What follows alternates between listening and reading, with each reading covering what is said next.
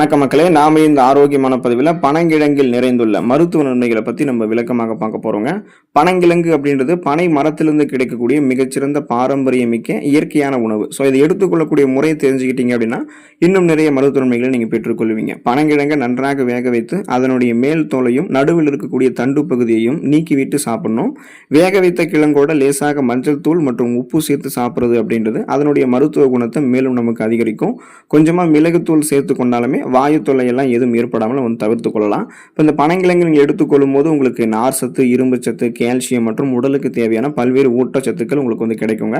இவை அனைத்தும் ஒன்று சேர்ந்து பனங்கிழங்கினுடைய மருத்துவ நன்மைகள் என்னென்ன விளக்கமாக பார்ப்போவாங்க. அதை பற்றி பார்க்குறதுக்கு முன்னாடி இந்த வீடியோக்கு மட்டும் ஒரு லைக்கை கொடுத்துட்டு இந்த தகவலை உங்களுக்கு தெரிஞ்சவங்களுக்கும் ஷேர் பண்ணிவிடுங்க. ஏன்னா இது அவங்களுக்கும் பயனுள்ளதாக இருக்கக்கூடிய ஒரு ஆரோக்கியமான பதிவு தாங்க. இது போன்ற அப்டேட்ஸ்களை நீங்கள் தொடர்ந்து பார்க்குறதுக்கு நம்முடைய ஹெல்த் நியூஸ் தமிழ் சேனலை மறக்காமல் சப்ஸ்கிரைப் பண்ணி வச்சுக்கோங்க. பக்கத்தில் இருக்கக்கூடிய பெல் பட்டனையும் கிளிக் பண்ணி ஆல் அப்படின்ற ஆப்ஷனையும் செட் பண்ணி வச்சுக்கிட்டீங்க அப்படின்னா நாங்கள் போடக்கூடிய எல்லா அப்டேட்ஸும் உங்களுக்கு நோட்டிஃபிகேஷன் அடிக்கடி வந்து சேரும்.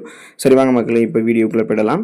செரிமானம் மேம்பாடு அடைவதற்கு மற்றும் மலச்சிக்கல் பிரச்சனையிலிருந்து தீர்வு பெறுவதற்கு எல்லாமே பனங்கிழங்கு நம்ம எடுத்துக்கொள்ளலாங்க. பனங்கிழங்குல ஃபைபர் என்று சொல்லக்கூடிய நார் சத்து மிக அதிக அளவில் இருக்குங்க. இது உங்களுடைய குடல் இயக்கத்தை சீராக்கி தீவிரமான மலச்சிக்கல் குறைபாட்டை உங்களுக்கு நீக்கக்கூடியதாக இருக்கு. குடலில் இருக்கக்கூடிய கழிவுகளை எளிதாக வெளியேற்றுவதற்கு உதவுவதோட செரிமான மண்டலத்தை ஆரோக்கியமாக வைக்கிறதுக்குமே உங்களுக்கு உதவிகரமாக இருக்கு.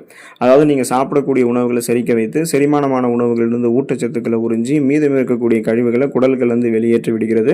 இதன் மூலமாக உங்களுக்கு எந்த விதமான செரிமானம் தொடர்பான பிரச்சனைகளுமே இருக்காது. ஸோ அப்போ நமக்கு இந்த செரிமானம் தொடர்பான கோளாறுகள்லாம் ஏற்படுறதுக்கு காரணமே நீர் சத்தும் நார் சத்தும் குறைவாக இருக்கக்கூடிய உணவுகளை நம்ம எடுத்துக்கிறதால தான். அந்த மாதிரிலாம் நம்ம எடுத்துக்காம நார் சத்து வளமான இருந்திருக்கக்கூடிய பனங்கிழங்கு எடுத்துக்கொண்டு குடல் வயிறு ஆரோக்கியத்தை மேம்படுத்தி ஒட்டுமொத்த செரிமான மண்டலத்தையுமே பலப்படுத்திக் கொள்ளலாம்.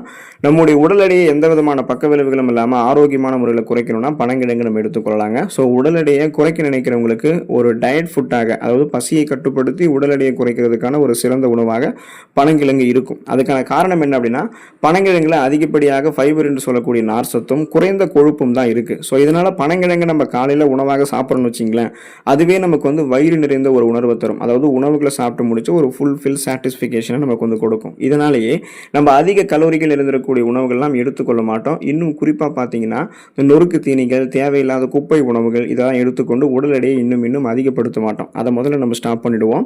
அதுக்கப்புறம் பார்த்தீங்கன்னா நம்ம எடுத்துக்கொள்ளக்கூடிய இந்த பனங்கிழங்கில் இருக்கக்கூடிய நார் சத்து ஏற்கனவே நம்மளுடைய உடம்புகள் இருக்கக்கூடிய அதிகப்படியான கொழுப்புகளை கரைத்து நமக்கு வேண்டிய ஆற்றலாக மாற்றி கொடுத்துரும். அதாவது கொலஸ்ட்ரால்ஸை எனர்ஜியாக கன்வெர்ட் பண்ணி நமக்கு எரிச்சிரும். இதனால அந்த தேவையில்லாத கொழுப்புகள், தொப்பை போன்ற அமைப்பு இது எல்லாமே நமக்கு குறைக்கப்படும். தேவையற்ற பசி எடுக்கிறதால தடுக்கப்பட்டு ஆரோக்கியமான முறையில் உடல் எடையை குறைச்சி கட்டுக்குள்ளே கொண்டு வரணும். கட்டுக்கோப்பான ஒரு உடல் அமைப்பு அது நீங்கள் பெற்றுக்கொள்ளணும் அப்படின்னா பசியை கட்டுப்படுத்தி வெயிட் லாஸ் பக்க விளைவுகளாக இல்லாமல் பண்ணுறதுக்கு நீங்கள் உங்களுடைய டயட்டில் பனங்கிழங்கு ஆட் பண்ணிக்கலாம். எலும்பு மற்றும் பற்களை வலுவடைய வைத்துக் கொள்வதற்கெல்லாமே பனங்கிழங்கு எடுத்துக்கொள்ளலாங்க. அதுக்கான காரணம் என்ன அப்படின்னா பனங்கிழங்குல கால்சியம் மற்றும் மெக்னீசியம் போன்ற தாதுக்கள் நிறைந்திருக்குங்க. வயது முதிர்வால் ஏற்படக்கூடிய எலும்பு தேய்மானம் அப்படின்ற அந்த ஆஸ்டியோபோரோசிஸ் மற்றும் மூட்டு வலிகளை எல்லாம் தடுக்கிறதுக்கு பனங்கிழங்குல இருக்கக்கூடிய இந்த கால்சியம், மெக்னீசியம் போன்ற எலும்புகளை பலப்படுத்தக்கூடிய தாதுக்கள் தான் உங்களுக்கு அதை ஹெல்ப் பண்ணி அதை அந்த வலிகள்லாம் தடுக்கிறதுக்கு உங்களுக்கு உதவிகரமாக இருக்கு. குறிப்பாக பார்த்தீங்கன்னா ஆஸ்டியோபோரோசிஸ், எலும்பு மெலிவு நோய், மூட்டு வலி, எலும்புருக்கி, முடக்குவாதம், எலும்பு மஜ்ஜைகளில் ஏற்படக்கூடிய பிரச்சனை, மூட்டு அழற்சி போன்ற எந்த விதமான எலும்பு தொடர்பான பிரச்சனையுமே உங்களுக்கு ஏற்பட விடாது.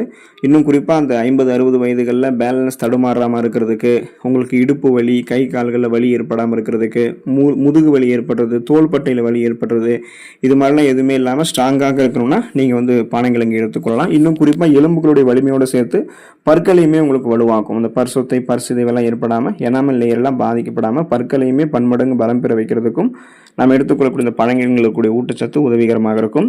அனிமியா என்று சொல்லக்கூடிய ரத்த சோகை நோய், அந்த நோயை குணப்படுத்தி மீண்டும் வராமல் தடுக்கிறதுக்குமே பனங்கிழங்கு நம்ம எடுத்துக்கொள்ளலாம். அதுக்கான காரணம் என்ன அப்படின்னா பனங்கிழங்குல ஃபைபர் என்று சொல்லக்கூடிய நார் சத்தை தாண்டி நமக்கு இரும்பு சத்து, அயன் அப்படின்ற அந்த இரும்பு சத்து நல்ல அளவில் இருக்குங்க. ஸோ இந்த இரும்பு சத்து குறைபாட்டால தான் நமக்கு ரத்த சோகை ஏற்படுதுன்றதை நீங்கள் தெரிஞ்சுக்கணும்.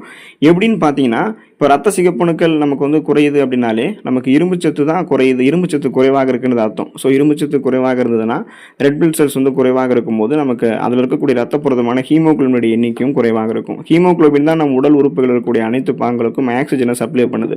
ஸோ அப்படிப்பட்ட ஹீமோகுளோபினுடைய அளவே குறைஞ்சிருச்சு அப்படின்னா போதுமான அளவுக்கு ஆக்சிஜன் சப்ளை கிடைக்கலன்னா மயக்கம், தலைவலி, குமட்டல், வாந்தி, உடல் சோர்வு, உடல் பலவீனம், கடுமையாக உடல் வலிக்கிறது, கவனமின்மை, இந்த மாதிரி பார்த்தீங்கன்னா உங்களுக்கு நிறைய அதிக அறிகுறிகள் வந்து தெரிய ஆரம்பிக்கும். சோர்வாகவே நீங்க இருப்பீங்க. ஸோ இது எல்லாமே ரத்த சோகை நோய்களுக்கான அறிகுறிகள் தான். இதை நீக்கணும்னா முதல் காரணமாக இருக்கக்கூடிய அந்த இரும்புச்சத்து பற்றாக்குறையை நீக்கணும். பனங்கிழங்கு எடுத்துக்கொண்டு இரும்புச்சத்து பெற்றுக்கொண்டீங்கன்னா குறைந்த ரத்த சிகப்பணுக்களுடைய உற்பத்தி அதிகப்படுத்தப்பட்டுவிடும். ரத்த சிகப்பணுக்கள் உற்பத்தி ஆகும் போதே ரத்த புரதமான ஹீமோகுளோபினுடைய எண்ணிக்கையும் அதிகரிக்கப்பட்டு விட்டதால உங்களுக்கு நீங்க சுறுசுறுப்பாக இயங்க ஆரம்பிச்சிருவீங்க. அந்த இரும்புச்சத்து பற்றாக்குறையெல்லாம் உங்களுக்கு வந்து இருக்காது. நீரிழிவு பிரச்சனைகள் வந்து விடுபடுவதற்கு நீங்க பனங்கிழங்கு எடுத்துக்கொள்ளலாங்க. சர்க்கரை நோயை வந்து நீங்க மேலாண்மை செய்து கொள்ளலாம். அதுக்கான காரணம் நம்ம எடுத்துக்கொள்ளக்கூடிய பனங்கிழங்கு வந்து ஒரு குறைந்த கிளைசமிக் குறியீடு கொண்டிருக்கக்கூடியது. லோ கிளைசமிக் இண்டெக்ஸ் அப்படின்றது தெரிஞ்சுக்கோங்க. இப்போ லோ கிளைசமிக் இண்டெக்ஸ்னா என்னன்னா, நம்ம ஒரு உணவு எடுத்துக்கொள்ளும் போது அந்த உணவுகளில் இருக்கக்கூடிய கார்போஹைட்ரேட் நம்மளுடைய ரத்தத்தில் இருக்கக்கூடிய சர்க்கரையினுடைய அளவில் எந்த மாதிரி தாக்கத்தை ஏற்படுத்துது அப்படின்றத பொறுத்து தான் கிளைசமிக் இண்டெக்ஸை கணக்கு பண்ணுவாங்க. அந்த வகையில் பனங்கிழங்குல கார்போஹைட்ரேட்லாம் கிடையாது. ஒருவேளை கார்போஹைட்ரேட் இருந்தால் அது ரத்தத்தில் சர்க்கரையினுடைய அளவை அதிகப்படுத்திடும். ஆனால் நம்ம பனங்கிழங்கு எடுத்துக்கிறோம் அப்படின்னா அதில் கார்போஹைட்ரேட் கிடையாது. ஆகையால் இது ரத்தத்தில் அதிகரித்திருக்கக்கூடிய சர்க்கரையினுடைய அளவை கட்டுப்படுத்தி நாளடைவில் அந்த சுகர் ப்ராப்ளத்திலிருந்து நம்ம விடுபட வைக்கிறதுக்கு ஹெல்ப் பண்ணுது. அது எப்படின்னு பார்த்தீங்கன்னா, பனங்கிழங்குல இருக்கக்கூடிய ஊட்டச்சத்து ரத்தத்தில் சர்க்கரையினுடைய அளவை திடீரென அதிகரிக்க செய்யாம சீராக வைத்திருக்கும். ஸோ ஃபியூச்சர்லையுமே உங்களுக்கு வந்து சுகர் ப்ராப்ளம் வரக்கூடாதுன்னு நினைச்சீங்கனாலுமே இப்போ இருந்தே பனங்கிழங்கு நீங்கள் எடுத்துக்கொள்ளணும். சர்க்கரை நோயாளிகள்லாம் குறிப்பாக நீங்கள் வந்து எடுத்துக்கிட்டீங்க அப்படின்னாலும் நல்ல மாற்றம் உங்களுக்கு வந்து கிடைக்க ஆரம்பிக்கும். நோய் எதிர்ப்பு சக்தி திறனை அதிகரித்துக் கொள்வதற்கு நீங்கள் பனங்கிழங்கு எடுத்துக்கொள்ளலாங்க. இப்போ பனங்கிழங்குல வந்து புரோட்டீன் அப்படின்னு சொல்லக்கூடிய புரதச்சத்து தசைகளினுடைய வளர்ச்சிக்கும் சேதமடைந்த திசுக்களை புதுப்பிக்கிறதுக்கும் உங்களுக்கு ஹெல்ப் பண்ணுது. அதே போல உடலினுடைய ஒட்டுமொத்த நோய் எதிர்ப்பு சக்தி அந்த இம்யூனிட்டியை வந்து உங்களுக்கு பலப்படுத்துறதுக்கு, உங்களுக்கு இருக்கக்கூடிய சாதாரண நோய்களான சளி, காய்ச்சல், இருமல், தலைவலி இந்த மாதிரி பிரச்சனைகளை உங்களுக்கு வந்து குணப்படுத்துறதுக்கும், சீசனலாக புதுசாக அட்டாக் ஆகக்கூடிய பாக்டீரியா, வைரஸ் போன்ற பருவகால தொற்று வியாதிகளை உங்களுக்கு வராமல் தடுக்கிறதுக்குமே, நோய் எதிர்ப்பு மண்டலத்தையும் உங்களுக்கு வலுப்படுத்துறதுக்கு எல்லாமே தொடர்ந்து உங்களுக்கு வந்து பார்த்தீங்கன்னா நீங்கள் எடுத்துக்கொள்ளக்கூடிய இந்த பனங்கிழங்கு உதவிகரமாக இருக்குங்க. அதாவது புதுவிதமான ஒரு நோய் கிருமி நம்மை தாக்கி ஒரு புதுவிதமான நோய் அப்படின்றது நம்மளுடைய உடலுக்கு வரவே வராது. நம்ம நலமோடு இருக்கலாம்.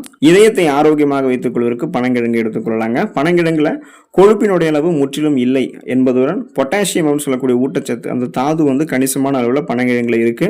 ஸோ பொட்டாசியம் என்ன பண்ணும் அப்படின்னா ரத்த நாளங்களினுடைய அழுத்தத்தை வந்து குறைத்து ரத்த ஓட்டத்தை உங்களுக்கு வந்து சீராக்குகிறது. இதனால ஹை பிபி என்று சொல்லக்கூடிய அந்த ஹை பிளட் பிரஷர், உயர் ரத்த அழுத்தம் உங்களுக்கு கட்டுக்குள்ள வருவதோட மாரடைப்பு போன்ற இதய நோய் ஆபத்துக்களுமே உங்களுக்கு வந்து குறைய ஆரம்பிக்கும். எப்படின்னு பார்த்தீங்கன்னா, இப்போ ரத்த நாளங்கள் வழியாக தான் ரத்த ஓட்டம் நமக்கு இதயத்துக்கு செல்லும். அந்த ரத்த நாளங்களில் எந்த விதமான கொழுப்பு படிவுகளும் படியாமல் பாதுகாத்துக்கிறதுக்கும், கொழுப்பு படிவுகள் படிஞ்சிருந்ததுன்னா அதை நீக்கிறதுக்கும், அந்த நரம்புகளில் இறுக்கங்கள் ஏதாவது ஏற்பட்டு ரத்த ஓட்டம் தடைபடுது அப்படின்னா அந்த இறுக்கங்களை நீக்கிறதுக்குமே பனங்கிழங்குல இருக்கக்கூடிய பொட்டாசியம் சத்து ஹெல்ப் பண்ணும். கொழுப்புகளை நீக்கிறதுக்கு பனங்கிழங்குல இருக்கக்கூடிய நார் சத்து ஹெல்ப் பண்ணும். இதனால பார்த்தீங்கன்னா அந்த கொழுப்பு படிவுகளும் உங்களுக்கு இருக்காது, இறுக்கங்களும் இருக்காது, பிபி ப்ராப்ளம் இருக்காது, கொலஸ்ட்ரால் ப்ராப்ளம் இருக்காது. இதயத்துக்கு ரத்த ஓட்டம் சீரான அளவில் கிடைக்கிறதால இதயம் உங்களுக்கு வந்து பன்மடங்கு பலம் பெற ஆரம்பிக்கும். சருமம் ஆரோக்கியமாக இருக்கிறதுக்கும் மற்றும் உங்களுடைய முதுமையை நீங்க தடுக்கிறதுக்குமே பனங்கிழங்கு எடுத்துக்கொள்ளலாங்க. அதுக்கான காரணம் என்ன அப்படின்னா, பனங்கிழங்குல இருக்கக்கூடிய ஆன்டி ஆக்சிடென்ட்கள் மற்றும் அத்தியாவசியமான தாதுக்கள் சருமத்திற்கு பொலிவை வந்து உங்களுக்கு தருதுங்க. ரத்தத்தை வந்து தூய்மைப்படுத்துவதன் மூலமாக முகப்பொருட்கள், கரும்புள்ளிகள் தோன்றுவது உங்களுடைய சருமத்தில் தடுக்கப்படுகிறது. செல்கள் சேதமடைவதை தடுத்து தோலில் ஏற்படக்கூடிய சுருக்கங்கள்லாம் விழாத முன்னாடியே உங்களுக்கு வந்து தாமதப்படுத்துது. அதாவது அதிக வயது இருக்கும் போது தான் அந்த சருமத்தில் சுருக்கங்கள் ஏற்படும். மிக இளம் வயதிலேயே சருமம் சுருக்கமாகிறது இந்த மாதிரிலாம் உங்களுக்கு இருக்காது. இன்னும் சொல்ல போனால் அந்த 40 வயதுல 50 வயதுகளில் கூட உங்களை சருமம் இளமையாக வைத்துக் கொள்ளணும்னா நீங்கள் பனங்கிழங்கு எடுத்துக்கொள்ளலாம். அது உங்களுடைய சுருக்கங்களை தாமதப்படுத்தும், இளமையை தக்க வைக்கிறதுக்கு உங்களுக்கு ஹெல்ப் பண்ணும். நீங்கள் உங்களுடைய ஏஜ் வெளியே சொன்னால் கூட யாரும் நம்ப மாட்டாங்க. அந்த அளவுக்கு நீங்கள் எங்கேயாங்க தெரிய ஆரம்பிப்பீங்க. இந்த முகப்பொருட்கள், கண்கருவலியங்கள், கரும்புள்ளிகள், வயதான சுருங்கிய தோலமைப்பெல்லாம் இல்லாமல் இயற்கையான சரும பொலிவை பெறுவதற்கு எல்லாமே பனங்கிழங்கு உதவிகரமாக இருக்கும். தொடர்ந்து பனங்கிழங்கு எடுத்துக்கொள்ளுங்க. ஊட்டச்சத்து பெற்று ஆரோக்கியமாக இருங்க. அடுத்த ஆரோக்கியமான பதிவில் மறக்காம சந்திப்போம். நன்றி மக்களே.